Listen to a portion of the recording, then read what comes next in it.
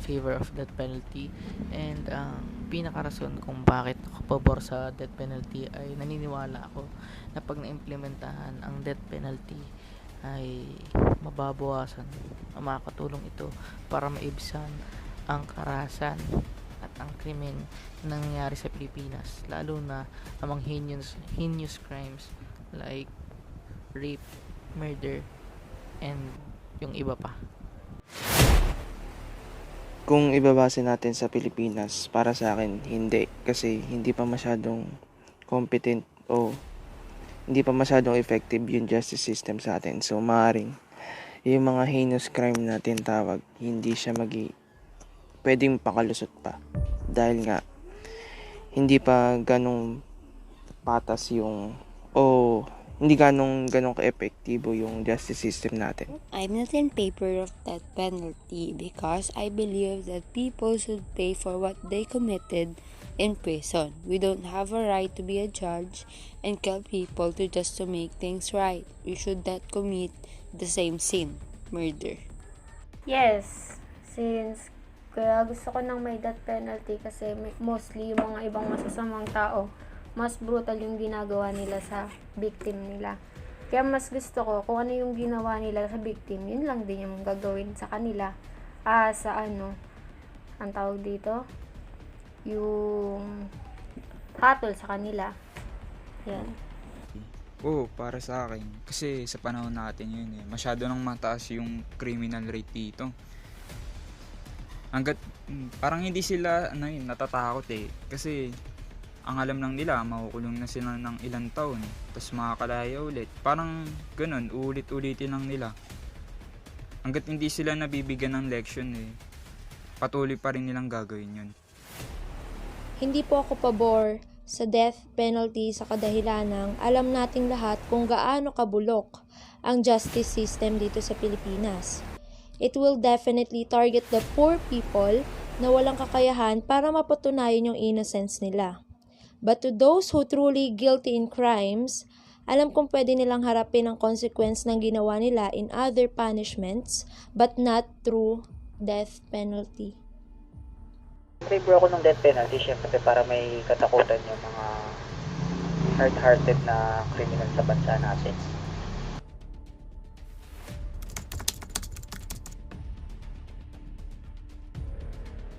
If the death penalty will be implemented and will be approved by the law, I prefer a punishment of lethal injection, because for me it is more humane than hanging and electrocution, since they're still human, and this lethal injection will help them die faster. Tingin ko yung lethal injection, siguro tingin ko lang parang mas formal siya, hindi siya barbaric tingnan. Is it okay to say that I am against on this kind of punishments? They are all fall on the same thing, killing a human being based on what they did. I think it's not right for us to judge a person to be killed. Yung nakasanayan, yung electrocution. Bakit naman po? Since, 'di ba, kung ano yung mas nararamdaman ng victim, mas malala pa yung nararamdaman ng victim. Yung gusto mo yung iparanas yung kung ano yung hirap na naranasan ng victim sa kanila. Yun. Yung hangin tsaka yung electrocution. Parang para sa akin ang brutal na nun. Parang tawag nito, masyado pa silang papahirapan. Pero kung sa lethal injection, lang to, i-injectionan lang tapos yun hanggang sa mamatay na lang sila. Kasi sa hangin parang pinapahirapan pa sila. Sa electrocution, kukuryentehin pa. Kaya mas better na lang sa akin yung lethal injection. I don't have any prefer execution because I am against that death penalty. Lethal injection.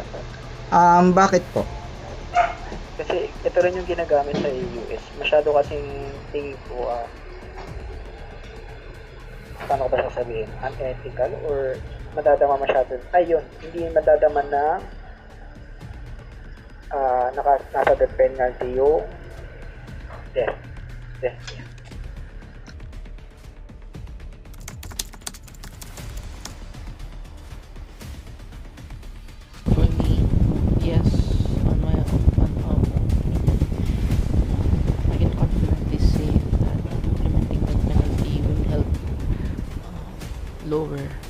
crime rate here in the Philippines, especially the heinous crimes. For the implementation of this death penalty will stop or will have the criminals think twice before they do such a crime. Since this death penalty or this solution will cost them life.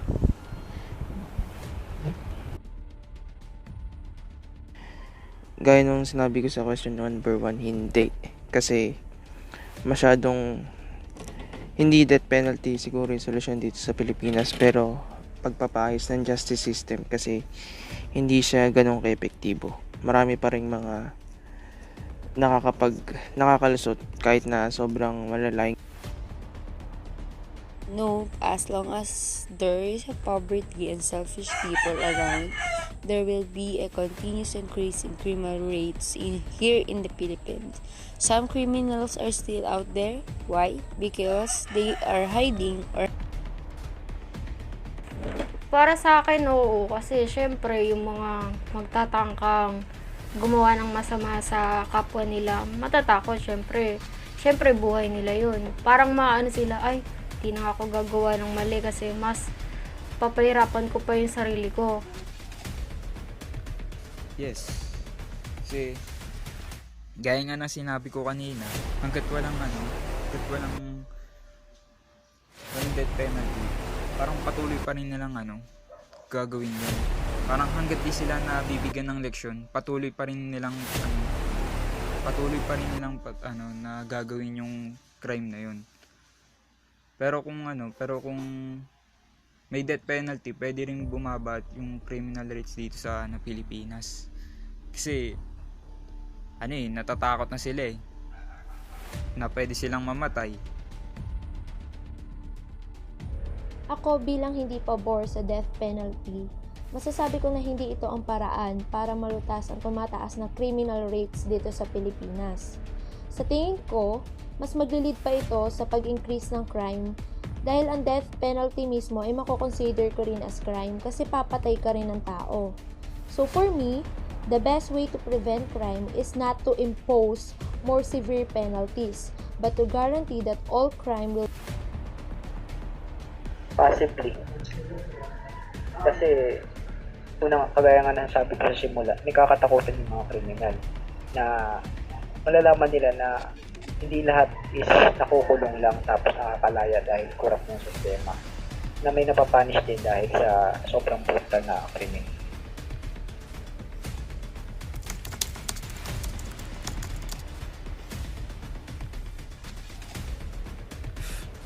There would be a death penalty in the country, I believe that the crimes that should be punished with death penalty are the heinous crimes: rape, murder,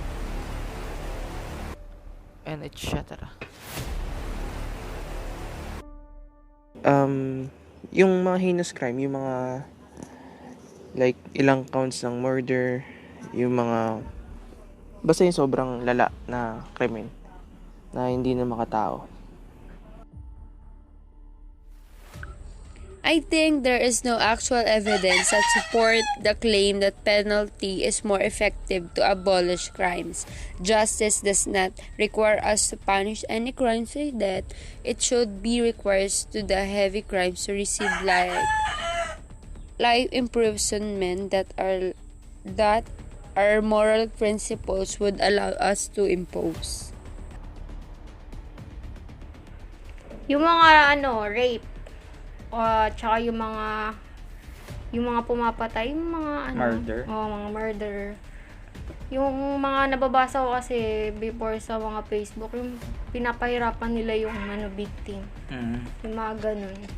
Yan, yung mga gusto kong ng death penalty. Para sa akin yung rape. Kasi sa panahon natin ngayon talamak na talaga yung dito. Panggagahasa, walang pinipili. Bata man o matanda, nire-rape. Miski lalaki, nakakaranas na ito Kaya mas okay tong death penalty apply sa rape. Sa tingin ko po kung magkakaroon ng death penalty dito sa Pilipinas, ang maaaring krimen na pwede sa death penalty ay murder at rape cases. Dahil ito po ang dalawa sa pinakamabigat na kaso dito sa Pilipinas. Sa tingin ko, ah sa tingin ko yung mga corrupt politician at saka mga rapist at saka Ah, drug lords. bakit po sa tingin niyo po? Kasi una sa lahat, siyempre alam naman natin una sa lahat na talamak nga yung corruption sa bansa natin. Na siguro may epekto rin sa mortality rate ng mga kabataan, ng mga mamamayan natin. Saka para mabawasan din yung mga corrupt na politiko sa atin. Tapos kaya nasabi ko na yung drug lords saka rapists, una sa lahat siyempre, mga rapists saka drug lords sumisira ng buhay ng tao yan. So yun lang.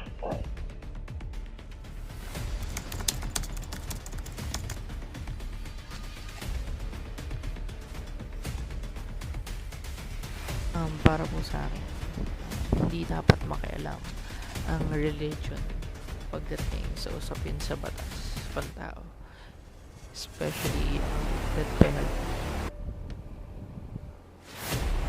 Kasi ang gobyerno at ang simbahan ay may batas o artikulong sinusunod. Sa simbahan, sinusunod ang salita ng Diyos o banal na aklat. At ang sa gobyerno naman ay ang saligang batas. So magkakaroon ng malaking bangayan. There would be a big conflict between the two sides if religion will interfere with that penalty. Siguro hindi kasi sabi nga 'di ba ang estado o ang government at saka yung religion or churches ay dapat magkaiwalay. Kasi nga, tingin ko magiging bias siya. Kasi magkaiba yung rules sa churches tsaka sa state. So, kung kunyari nga ma-implement yung death penalty, magiging overall rule siya o batas ng tao na kahit yung mga nasa churches or religion maapektuhan. Well, for me, yes. Because we are talking about life and we are created by a creator that I always believe that he's the one that has the right to judge people who are committed sins or any crimes.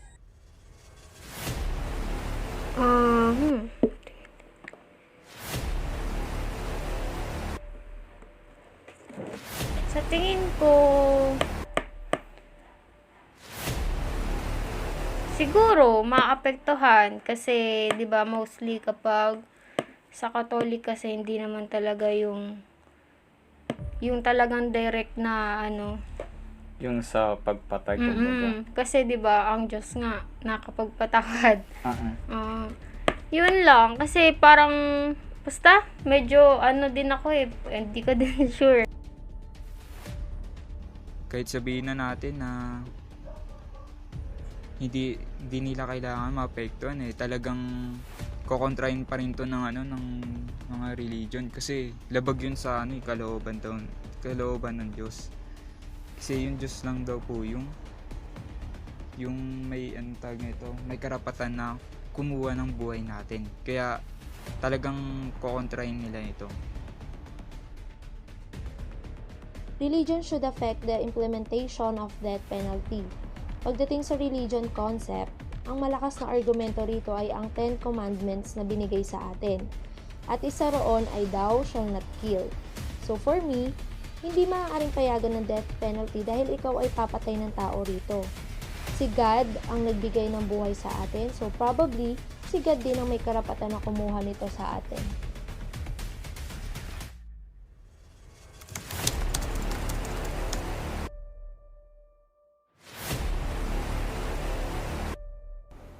Kung ang death penalty ay maaprubahan o magkakaroon ng direktang epekto sa isang individual, lalo na sa mga mapapatawan ng kaparasuhang kamatayan. Unang-una, ang death penalty, ito'y labag sa karapatang pantao. Technically, ang magiging unang kalaban ay ang Commission on Human Rights na siyang nangangalaga sa pagsasaayos ng proseso ng pagkakakulong o pagtulong sa mga taong labis na sinasamantala or sinasaktan. Siguro ewan ko, tingin ko hindi siya maapektuhan kasi kung magiging batas na yung death penalty, karapatan ng mga tao na sundin yung batas. So, hindi siya maapektuhan unless siguro yung moral lang ng tao. Kasi based sa religion nga, di ba? Bawal daw pumatay. Yun. So there's is this article written in Amnesty.organization that says the death penalty violates the most fundamental human right, the right to life, the right to live. It is ultimate cruel, inhuman, and degrading punishment. The death penalty is discriminatory. Siguro yung siyempre, para sa kanila, parang gusto nila yung chance, yung magkaroon ng second chances. Parang yun yung rights nila, parang di ko sure kung sa death penalty ba to yung sa pinaka papatawan. Sa mismong papatawan, no? Mhm. O yung set yung mismong death penalty, paano siya makaka-apekto dun sa isang individual? Mhm. Yun, siguro yung magiging perspective nila sa buhay nila na siguro yung since in-apply na? Ina-apply na siya. Kung i-apply na siya sa isang individual.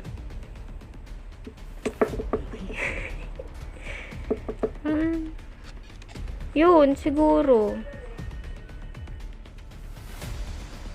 Nakaka-apekto to, lalo na baka pwede itong gamitin sa atin ng gobyerno. Once na hindi tayo sumakain sa kanila, baka ito yung gamitin nilang panlaban sa atin. Lalo na ngayon, maraming kumukontra sa administration.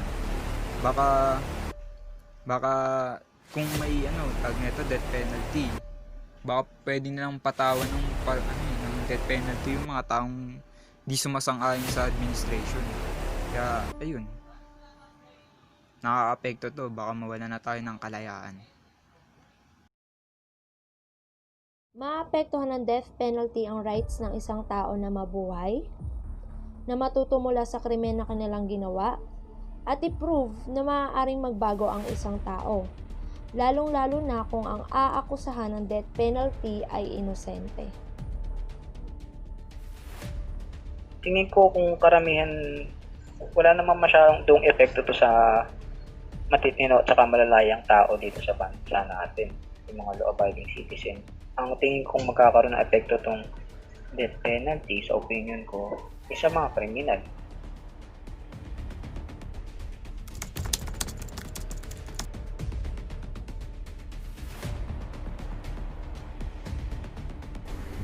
So for the death penalty, morally, it is not permissible form of punishment.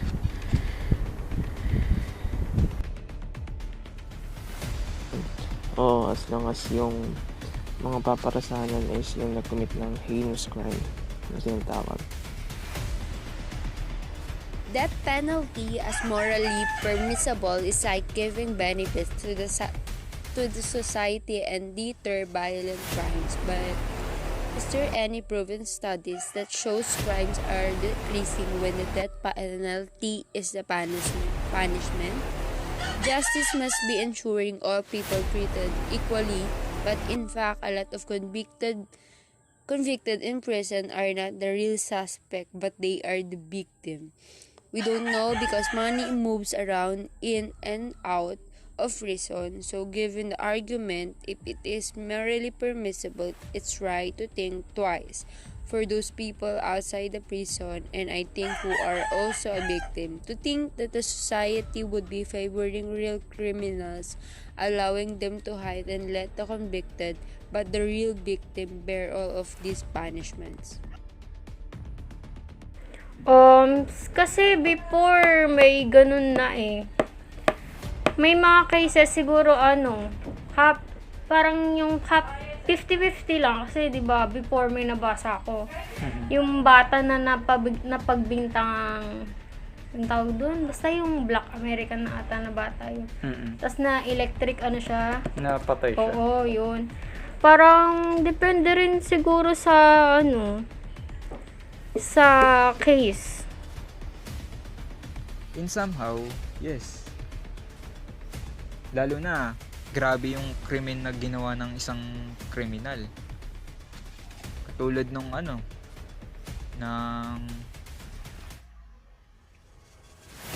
massacre. Yun, grabe na yun. Kasi, yung tao masyado ng brutal.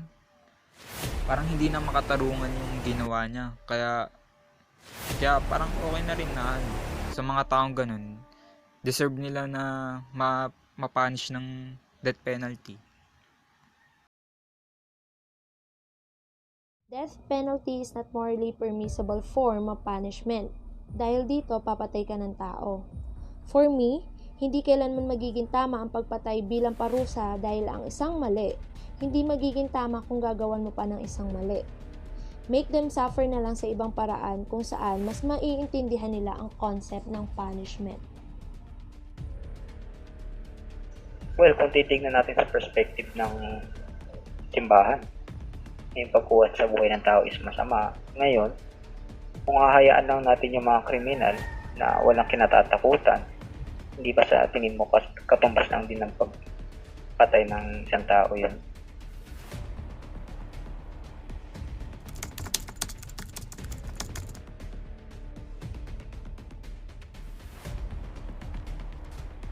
If this death penalty is unacceptable, what I can recommend is that we should have strict governance or better leaders that will implement different forms of punishment to those people that will commit such crimes.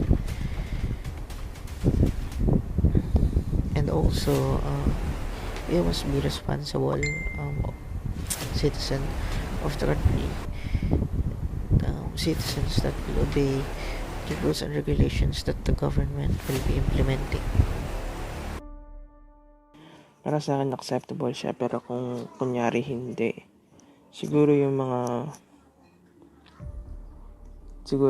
kunyari yung mga services, gagawa sila ng service within like allotted year, depende yung gaano kagrabe, tas proof na nagbago sila, siguro ganun.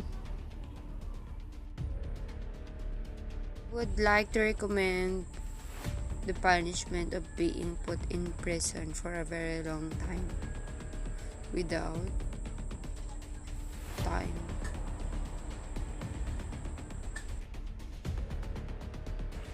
Siguro pang habang buhay na kulong or siguro ang tawag doon kung hindi naman yung basta yung maano nila talaga na Master nila yung case.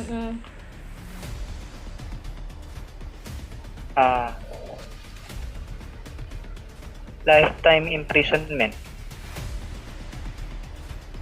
Bakit po? Sa tingin niyo po?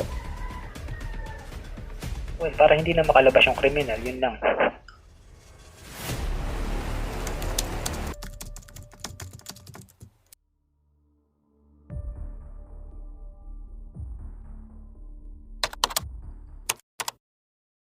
Morning, classmates. So our today's video, so we're going to discuss the end result of our research. So it tackles the strength, weaknesses, opportunities, and threats based on our respondent answer. So let's start. So, here are the strengths. If this kind of punishment implemented, possibly it will decrease increasing crime of Imus Cavite. Death penalty is a permissible form of punishment to the person who commits serious or heinous crime. If death penalty are not implemented, the crime rate would increase because they are not afraid in law. So in our study, these are the weaknesses that we've seen, such as some of the religion churches strongly disagree to this kind of punishment because it will violate the divine law. The second one is it will violate the morality and human rights of the criminal.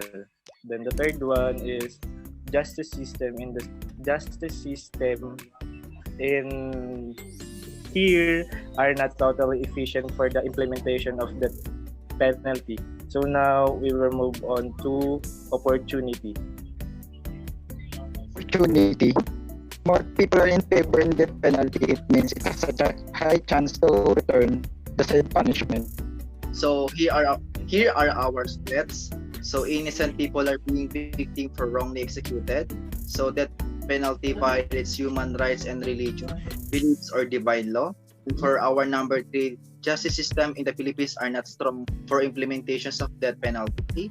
And for the number 4, poor people are being target of death penalty. So in conclusion, so the researcher defined the internal and external strength and weaknesses of death penalty, which is most of the respondents agree in the kind of punishment in following reason. First, it will decrease the increasing crime of the death penalty. So number 2 is it will give bridge between the law and the criminals, and the criminals will be afraid in committing crimes, but it will have weaknesses. First one, so people don't have the rights to kill someone. So crime should be settled in proper process. Number 2, it against the morality or human rights, and death penalty violates divine law. So here are the opportunities. So it coined as lethal injection as simple because it is more humane. Rape and murder are the most reasonable respondent to be punished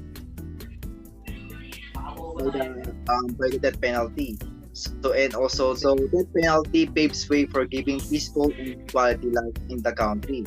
So finally, so antagonizing threat are the innocent people are wrongly executed. So it violates human rights. Justice system in the Philippines are not strong for the implementations of death penalty, and poor people are being hit of death penalty. Recommendation. Based on this increasing crime in the country, all are agreed that the justice system must first to fix due to corruption, and majority are in favor of death penalty.